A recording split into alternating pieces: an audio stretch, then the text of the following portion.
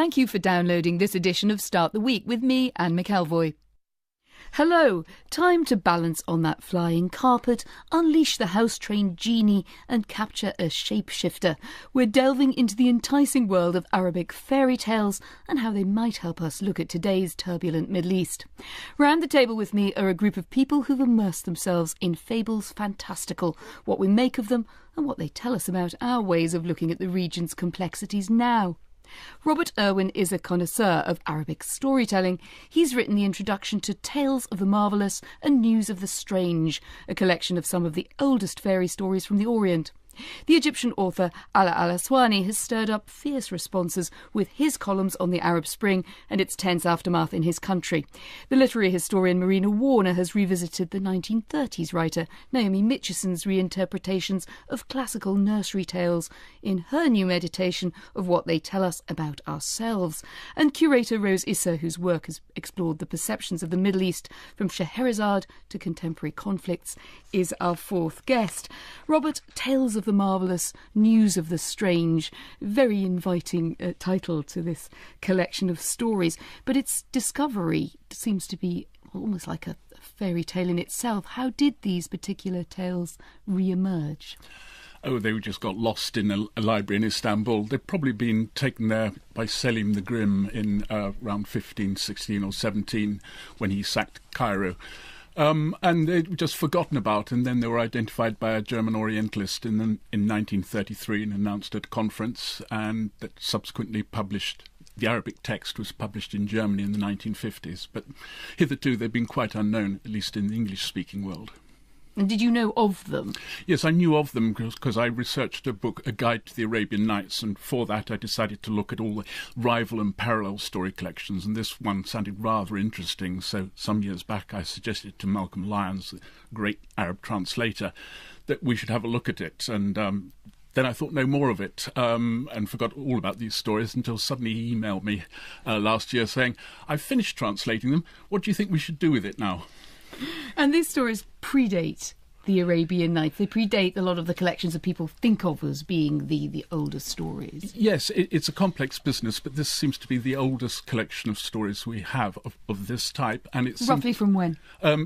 The stories collection, we think, was put together in the 10th century, and some of its stories served as the basis for very slightly different, but essentially the same stories as they appear in the Arabian Nights. There are about 6 originals of Arabian Nights stories in this thing. You might just give us a flavour of a story from Tales of the Marvellous and what you think that they tell us or suggest to us. You look like I've asked you to murder all your other darlings, but just one that comes to mind. I want to talk about a story in which the woman does murder all her darlings. This is my favourite story. It's a very long and amazingly complex one. I love it for its complexity. It's the story of Arus al Rais and her deceit, as well as the wonders of the sea and the islands. And it's about a woman who kills everyone she sleeps with, whether it's a man or a jinn, and she sleeps with an awful lot of people, and she cannot help herself.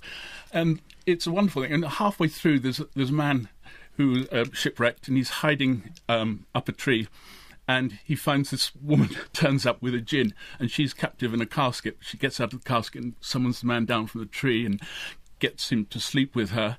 And then she uses him to kill the jinn. But then there's a long digression about all the wonders of the sea that the jinn told her about, all the magical things and all the dangers that can befall a jinn.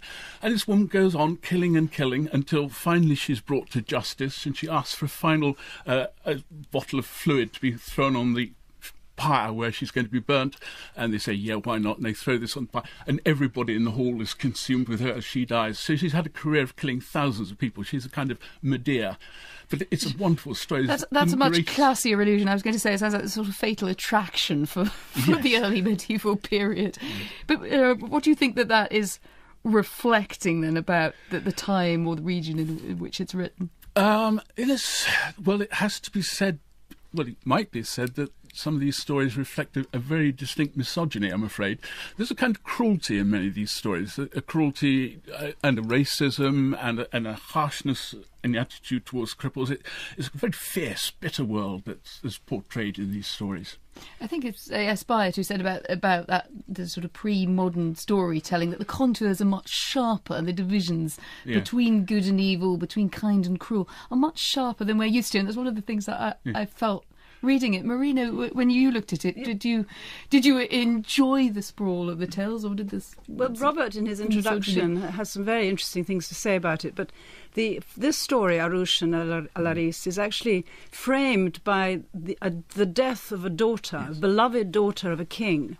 And the storyteller comes in to say, I will teach you not to mourn even your daughter because women are so evil.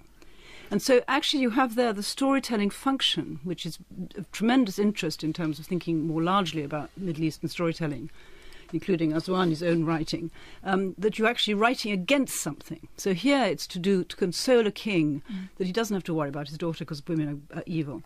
But I think there's an element of burlesque in that story. Well, it is so extreme. Wanted to know from you is, did you? Because I started out feeling rather repelled by some of this, but it is true. Robert talks about digressions. You fall into these stories and into the digressions. But there's an element of the exaggeration is so intense that actually the reader's stimulated into a sort of slightly different sceptical position. And I think there's an ambiguity in Arus. I mean, she does at times like, "Oh, I wish I didn't have to do this," and then again that it's suggested by the storyteller that it's the stars that make her do this. And the other thing about the story is she's so keen to listen to marvels, stories of marvels which are told to her by the jinn. He's a kind of storyteller who tells her about the wonders of the sea. You make that point very well, that a lot of these stories, rather differently from the Arabian Nights, are almost scientific quest stories. They're looking for knowledge. Alaa, what did you make of it? Well, I think it's very important.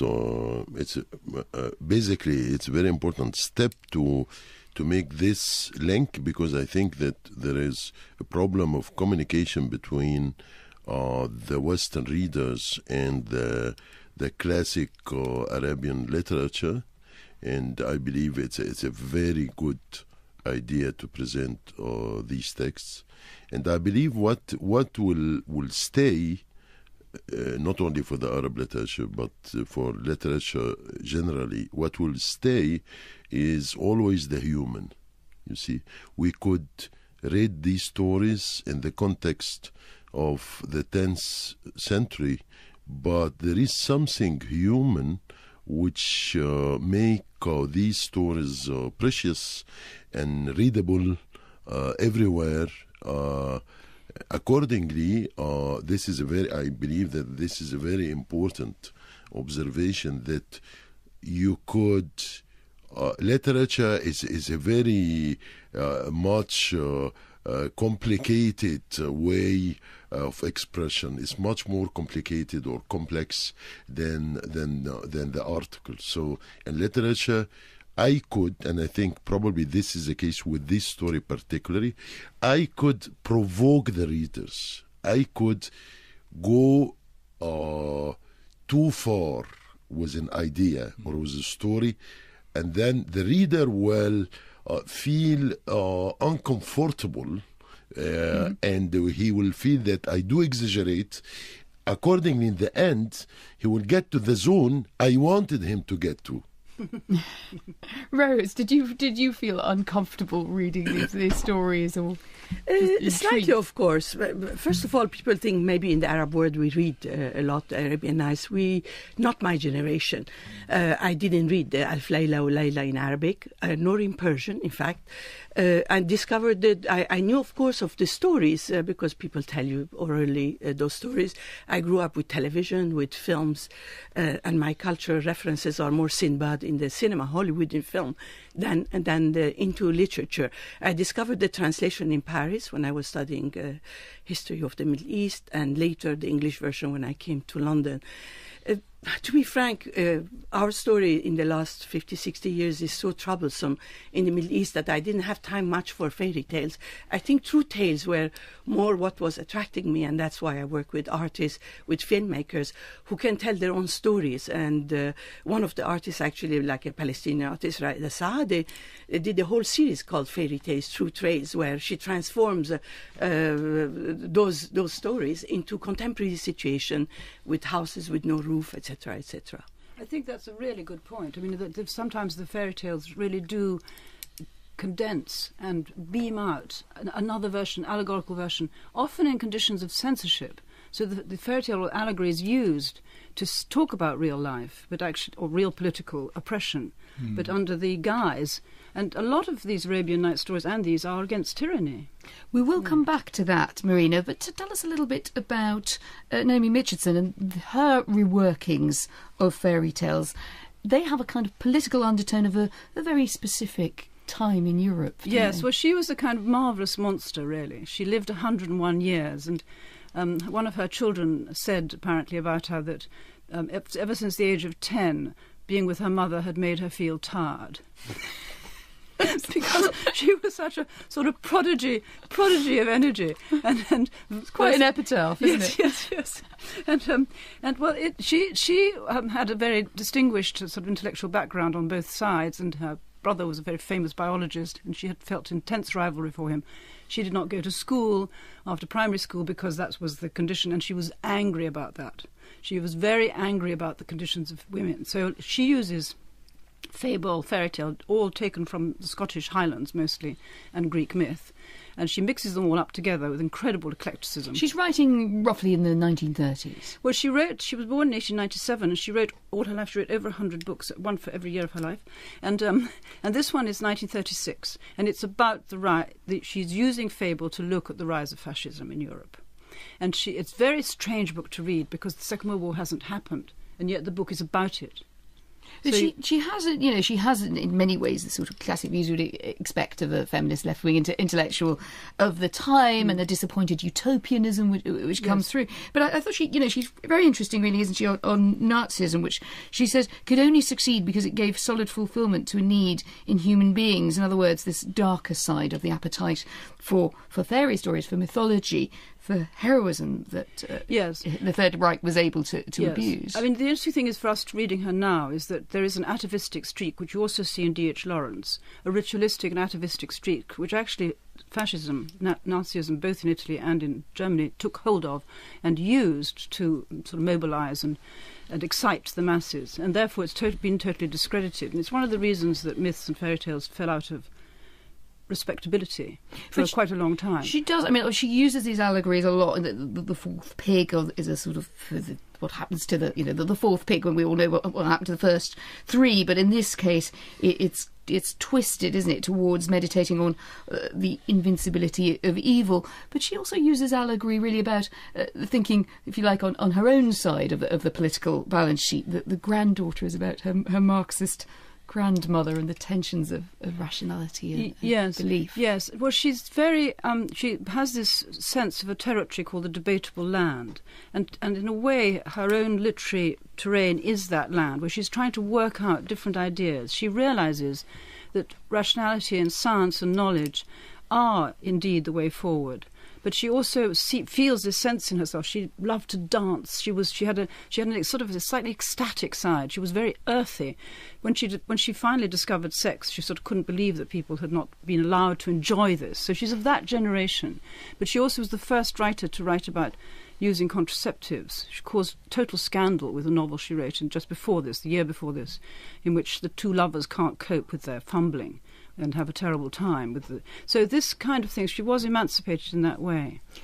Robert, did you enjoy it, and also did you feel that this sort of use of allegory is a very different use of allegory, because it's been turned back towards kind of Western intellectual debate, but from tales that can come from anywhere in the world, really? No, I was thinking what Marina was saying about Nazism and the atavism of fairy tales, and of course the Nazis do rewrite Grimm's fairy tales, and they try to work with Grimm's stories as establishing a German and Aryan spirit, and there's a sort of way that such stories can be abused. Well, but she was trying to retrieve that. She was trying to go into a magical realm where magic could work to release people's inner selves in their best possible, according to their best potential. And I think that is where I would stand in terms of how people now are turning to fairy tales. Very, very fashionable, if you like. I think fairy tales are not an alternative to political and documentary reality. They're a kind of commentary on it. And the Arabian Nights is arguably centrally about justice and kingship and the duties of rulers and subjects.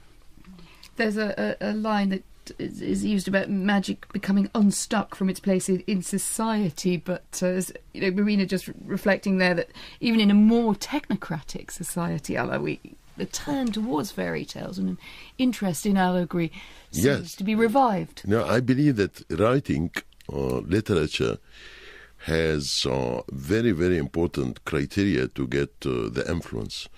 We're talking, if I'm not mistaken, about the text she wrote about her grandmother, and I remember that it is not only her ideas, but what made the text very strong is that she linked the text to her human experience. And I remember that she said something about the generation of her mother, and how later when she understood the generation of her grandmother, she understood the way she smiled. And I believe that this brilliant, you see, she described a particular smile of her grandmother, and she said, only when I understood the frustration of this generation, I understood her smile. And I believe that's exactly what makes any text strong. Not only the ideas, but the human experience. Marina, you're nodding. Well, you use actually a Kalila wa Dimna, which is the animal fable collection. And the animal fables come a lot into Tales of the Marvellous, where we have many, many metamorphoses into different animal shapes. And I think that's the kind of thought experiment, where you're using a very ancient tradition, the animal fable. Absolutely. You use Fable de la Fontaine. Yes. And in Kalila wa Dimna in the Arabic literature, it's almost I'm not saying the same, but the perspective is the same perspective that, and even in Spanish literature, there is a category called para niños y grandes, for the kids and the adults, or because the idea is, even with the stories of the animals, you could find what you're looking for as somebody who's suffering in this world. So it is very much beyond or bigger than just the story of the animals. I'm interested, Alaa, that you use parable and fiction a lot in your writing, even if you're writing columns, even if you're writing what we might think of as non-fiction about very intense situations and conflicts, such as the struggle for power in Egypt. What leads you to write in that allegorical? Because I'm a fiction writer, basically, and I'm not a journalist, and I'm not in political analyst. I write what I feel, and before writing the column, I feel exactly. I try really to concentrate my feelings the same way I do with the fiction. And at some point, I feel like writing something, and I use the story many times in my columns. And I story even some animal stories where I did symbolize Mr. Mubarak as an old elephant, and his kid, yes, as you see, and the young elephant who wanted to take over after the old elephant, and it had it had a very strong reaction by the regime. They really made troubles to the owner of the newspaper.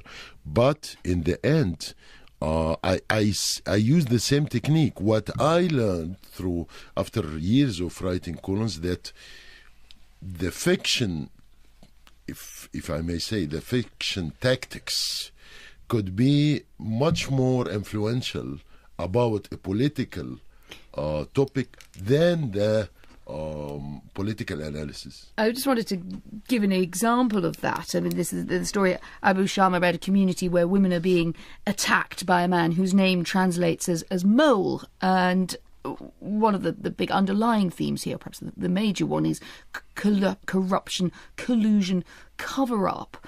But there's a sort of extended metaphor which then runs throughout that story. Did that feel to you like a way of writing about corruption without falling foul of laws or ever-changing rules which could get you into trouble? We trusted, after the revolution, we trusted the generals who took over. And we called these generals the SCAF. And in the beginning, we trusted them as they are going to protect the revolution, to help the revolution. And then at some point, we realized that, no, they are still loyal to the old regime. And I found, and I saw this very early, and if in this story, the symbol was that we relied on somebody, and then we discover in the end that he had the same tattoo of the old ruler or the old thug who ruled the street. So it's a case of meet the new boss, same as the old boss. Yes.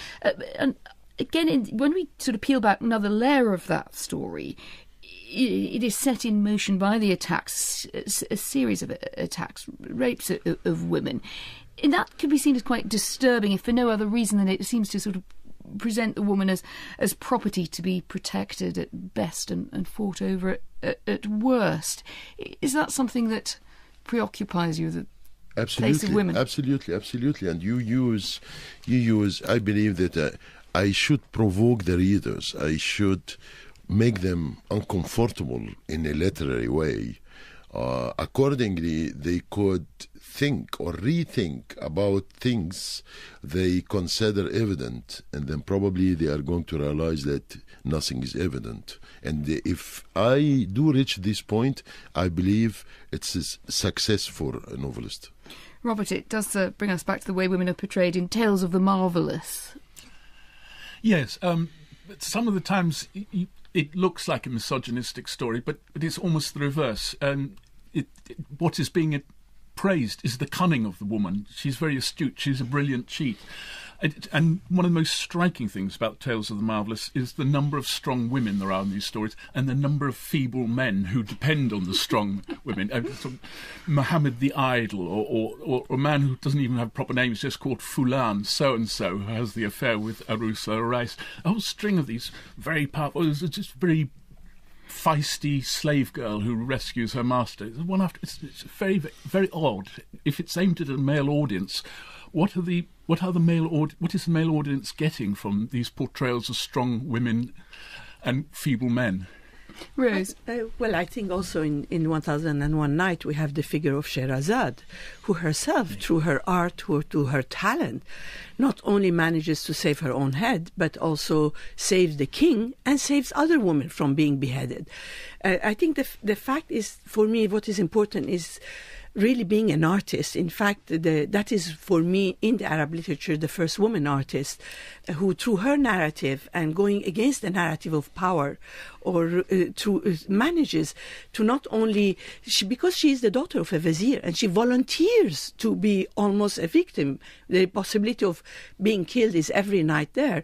And yet, because of her talent, because of her way of expressing, because of her artistic and her convictions and her manipulative way, she manages to save herself, save other women, and also Shahriyar himself, who is the king who was betrayed once. Marina, is this really about the power of women, or something perhaps a little less agreeable? Well, I was very struck, that Robert says at the end of his introduction that this new one, Tales of the Marvellous, is pulp fiction and was written as literature, not as oral tales. But so I wanted to ask him, because it seems to me that what Rose just said about Sherazade shows that people listening to these stories actually wanted to provide a response. I mean, many centuries later, somebody comes up with the idea, no, women are not only wily and cruel, they actually can be self-sacrificing, brave and brilliant, like Sherazade. So this, in a sense, the Arabian Nights is kind of answering back to the this tradition in the Tales of the Marvellous, it seemed to me. It's possible. That hadn't really struck me before. So the Arabian Nights is deliberately intended as an answer to this collection. Well, possibly not consciously. I mean, it's a zeitgeist thing, but it is definitely... It seems to me that these tales are at least as pro-women as the stories of the Arabian Nights. I mean, there are certainly plenty of anti-women stories with which strangely Scheherazade is telling, and actually warning men, watch out for these dodgy women. I mean, there's crafty Delilah in the Arabian Nights, who's a master criminal and outwits the men. Alaa, I just wanted to come back to you as a storyteller of now. I mean, how much do you feel you've been writing in an extraordinary and very pressured situation in the Arab Spring, writing from Tahrir Square? Do you feel yourself to be reflecting opinion or leading it? Because that does complicate a writer's status and arguably also a writer's responsibility. Well, of course, I'm not the right person to answer this question, but I think that I should always write what I think. Sometimes it's hard because it is against the general mood or the general opinion. So sometimes and I experienced that before, and it's not easy. You write an article and you feel that most of your readers who really appreciate what you write disagree. And fine, and then this is a very difficult moment, and I think it's a test, a real test for any writer, because to me I should always write what I think.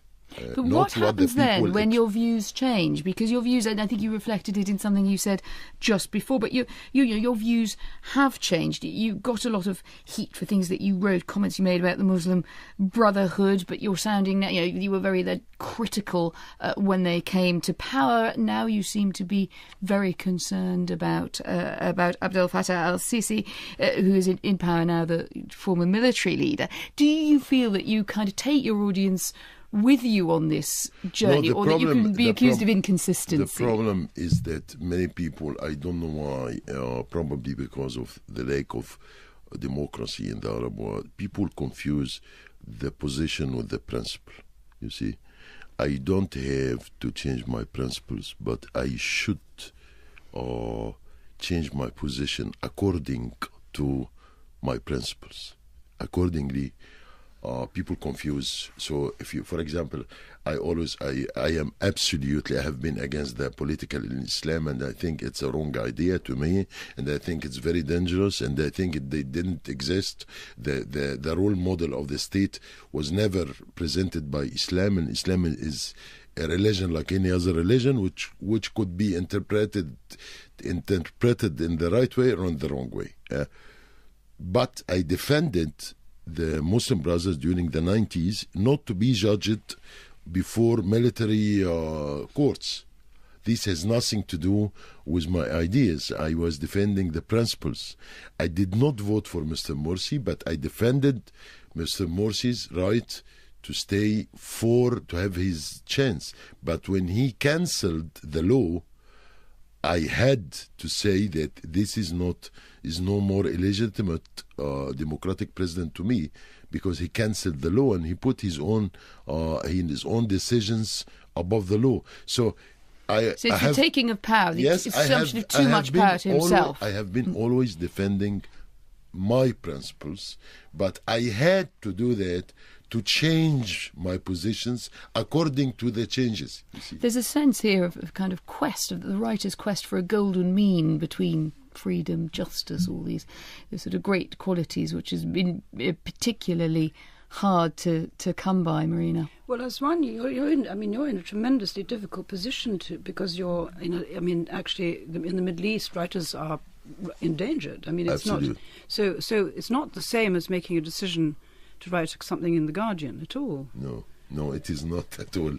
It is not at all, and especially that you are attacked. I am now attacked by everybody, not everybody, but I'm attacked by the Muslim Brothers because they thought that I don't believe that Mr. Morsi should return to power.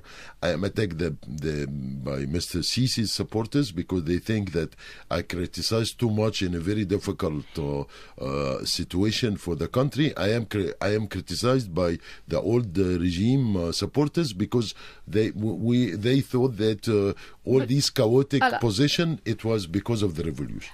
Yeah. Alaa, you did support the crackdown by the regime, which led to on the Muslim Brotherhood, which did lead to an awful lot of deaths. So, of course, there's the writer's responsibility, but there's also what happens to everyone else.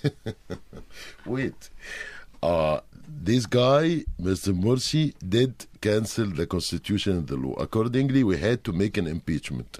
There was no parliament by that time. So we gathered, I did that myself, we gathered signatures to make an impeachment and to make an early presidential elections.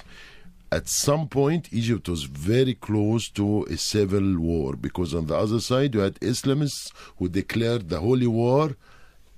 Accordingly, very good.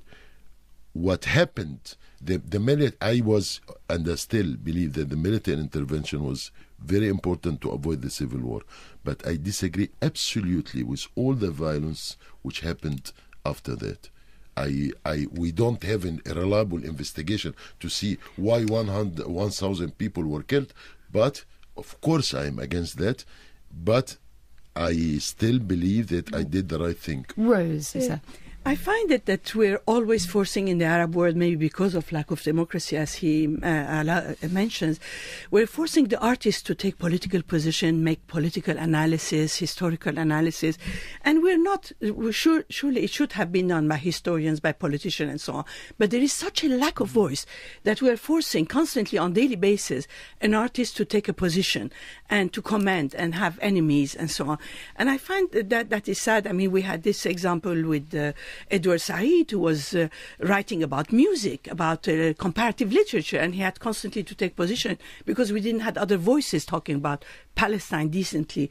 And we have now Alaa Al Aswany also talking about Egypt because not many voices came out, whether for Islamic side, which are logical. What about artistic representation? Because you curate and represent artists who present their view of the reality in very many different ways. And as you rightly reflect, I mean, there's a tendency sometimes to kind of get into the which side are you on thinking or debate about artists. But I think some of your artists do rather different things. You might just tell us about the silver shovel on display in your exhibition, What Remains, and what that signifies. Well, this is a work by an Iranian artist who lives in Sheffield, Farhad Ahrania, who said that, in the Western world, we all put the whole of the region as a Muslim countries and Muslim events that are happening.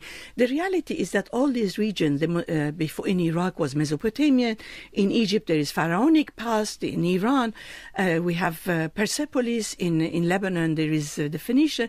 So he put those digs in silver to say, why don't we dig into history that were made of many, many layers? Whether, for example, that is also a theme that Chantal Védician in Egypt developed by putting, for example, a portrait of Nasser, but with pharaonic symbols behind and Soviet symbols also in front. So it means that we are made of not only Islamic, but pharaonic, Soviet, whatever happened. So we are part of that world where we're made of layers. It's the multiplicity of traditions, isn't it, reflected in some of the work that Rose shows. Robert, what was your response to that? There was a great flood of stuff coming out.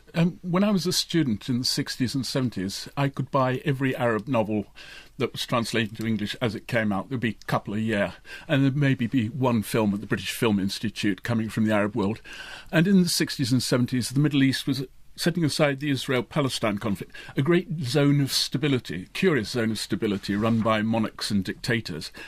Now, there's immense instability throughout the whole of the Middle East, and at the same time, an outburst of creativity of all sorts.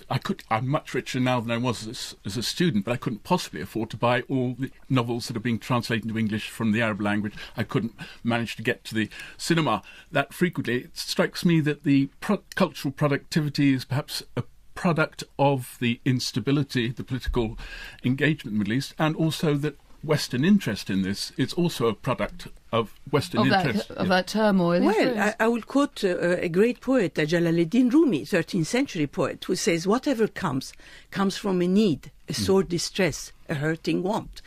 At the moment, we have a lot of things to say. I mean, Alaa could have, would have maybe written one book, Yaqubian Building, yes. But he has written many more because he has no other option. And the artists have no option again, except to say what they have to say. We are under so much pressure to express it visually, cinematographically, literary, or even politically. They're like Scheherazade. They have to tell that story. I wondered, looking at the work and some of the writing around it, there's a sense of a kind of writing against a perception that the West tends to see the Middle East as one great big basket in which it can sort of push all preconceptions and views. And that takes us into this long-standing debate about whether there is such a thing as Orientalism, which is kind of a one-size-fits-all view of how the West perceives the Middle East in the Arabic tradition. Robert? Well, I did write a book on this. We'll have a very short haiku version of it then. For Lust of Knowing the Orientalists and Their Enemies, where I sought to demonstrate that there wasn't a single stereotyped view of the Orient put forward by Arabists and Islamists in the Western world. There's a whole range of agendas, and quite a lot of the agenda was driven by religion rather than politics. So you basically don't accept the idea that there is this one sort of accusation of Orientalism. It's raised by Edward Said, isn't it? Absolutely not. And I felt that Edward Said seriously misrepresented a whole string of people which he wrote about. That's a very large debate, but I wanted to say that Rosie's exhibition, What Remains, has this marvellous sense of elegy for not only very distant past pharaonic, but actually for the present turbulence and what it has done to disrupt the lives. These are people, most of them very displaced themselves, and they create these sort of memorials. Lots of the works are the most beautiful memorials, and they're often made up of inscrutable words. And I think that shows the importance in the Arabic tradition of the power of the word as chant, as blessing, as a form of music against despair. But this is sort of visual music. Thank you, Marina. I try to put in very modestly a few works that would express that not only the angst but also the poetics, because for us in the Arab world and Iran, the poets are the highest of all. I mean, these are the artists par excellence. I wouldn't go, I would have liked also to answer, Robert, we had people, I mean, there are stereotypes. There is no way there won't be stereotypes. A person like Jacques Chahine made a film, a documentary and a book called Real Bad Arabs, which is REEL. I showed that in Tate Britain 10 years ago. It's about how the West and Hollywood created those villains and stereotypes, the horrible sheikhs, the rapes and so on. So the stereotypes do exist, I'm afraid, whether it's contemporary or in the old time or new times. The stereotype, we have also stereotypes, but I can create stereotypes. If I write 10 books about all the drunken British and put that in the market, people would think all the British are drunken, or but it's an angle you can take and an angle that you can balance. Well, yes, but you're talking about Hollywood there, and Hollywood films are filled with all sorts of stereotypes. Everybody's watching Hollywood films. Stereotyped cowboys, stereotyped Irishmen. That's the nature of feature films and Pulp Fiction. And Pulp Fiction does deal with that kind of thing. But if one's looking at someone like Lord Byron or Edward William Lane or Thackeray or Conrad, then you're getting very different perspectives on the Eastern world. I will go even further. We learn more about our culture in the West than in the East. I have more access to books, the historical books, to documentation, to archives. Here, we don't have hardly museum, we don't have libraries, we don't have proper, really, universities, I would say, even, with access to bookshops, libraries, and this we have it in the West.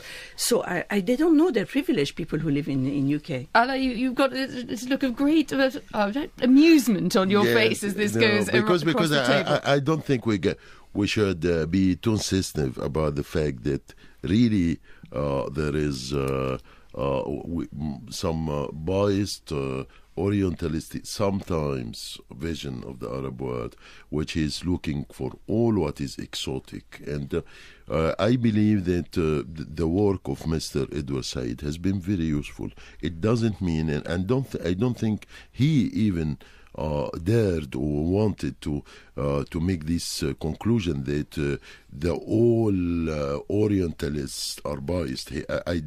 I read the book twice, and his book, and in other books even, and I don't think he said that. He just wanted to show an aspect which does exist. Probably this is, or most probably it's very useful for both sides to keep in mind that it is not the right model for specialists to try to discover the Arab world. That's what I think. But is it an aspect, or is it, or just a view, or is it a perception that the West, rightly or wrongly, has one kind of view of the Middle East? That seems to be what it boils down to, Marina. I don't know. Well, I know. I think both Rose and Robert are right that one of the, it's a felix culpa. It's a sort of to things that's come out of the ills of the region in the recent decades. That actually we are gaining, all of us, East, West, all gaining more knowledge. We're all more curious. Yeah. His book, Tales of the Marvellous, is an Are we more multiple, though? Does it mean that knowing more means that we appreciate many more multiplicities? One has to raise bulwarks all the time against ignorance and against prejudice. Obviously, this is, and the Twitter sphere is alive with things that are both resisting and entrenching prejudices. But here, in the Tales of the Marvellous, we do see the multiplicity of the society. Are you convinced, Robert? Yes. I'd like to say something about these stories. They're quite strange. They're the product of violent times, the 10th century. Basra was sacked, Baghdad was sacked, and so on.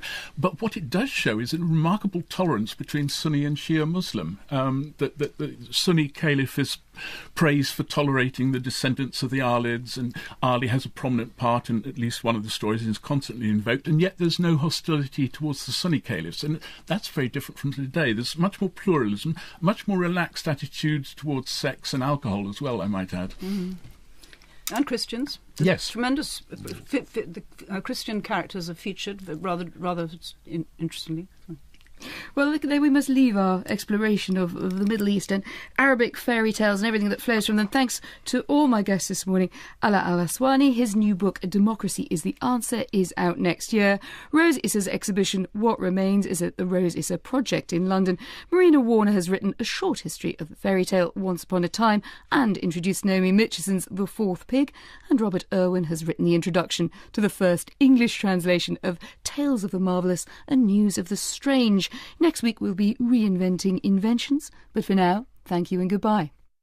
Thank you for listening, and you can get more podcasts from the BBC Radio 4 website. Murder all your other darlings, but just one that comes to mind. I want to talk about a story in which the woman does murder all her darlings. This is my favourite story. It's a very long and amazingly complex one. I love it for its complexity. It's the story of Alaa Al Aswany and her deceit, as well as the wonders of the sea and the islands. And it's about a woman who kills everyone she sleeps with, whether it's a man or a jinn, and she sleeps with an awful lot of people, and she cannot help herself.